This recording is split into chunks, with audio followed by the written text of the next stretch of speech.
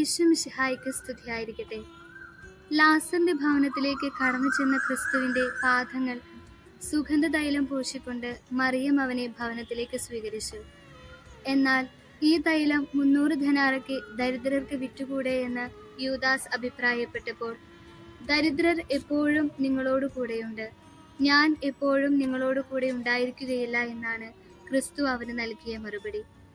ക്രിസ്തു തന്റെ സാന്നിധ്യത്തിലായിരിക്കുമ്പോൾ അവനോടുകൂടെ ആയിരിക്കാനാണ് കൂടുതൽ ആഗ്രഹിച്ചത്.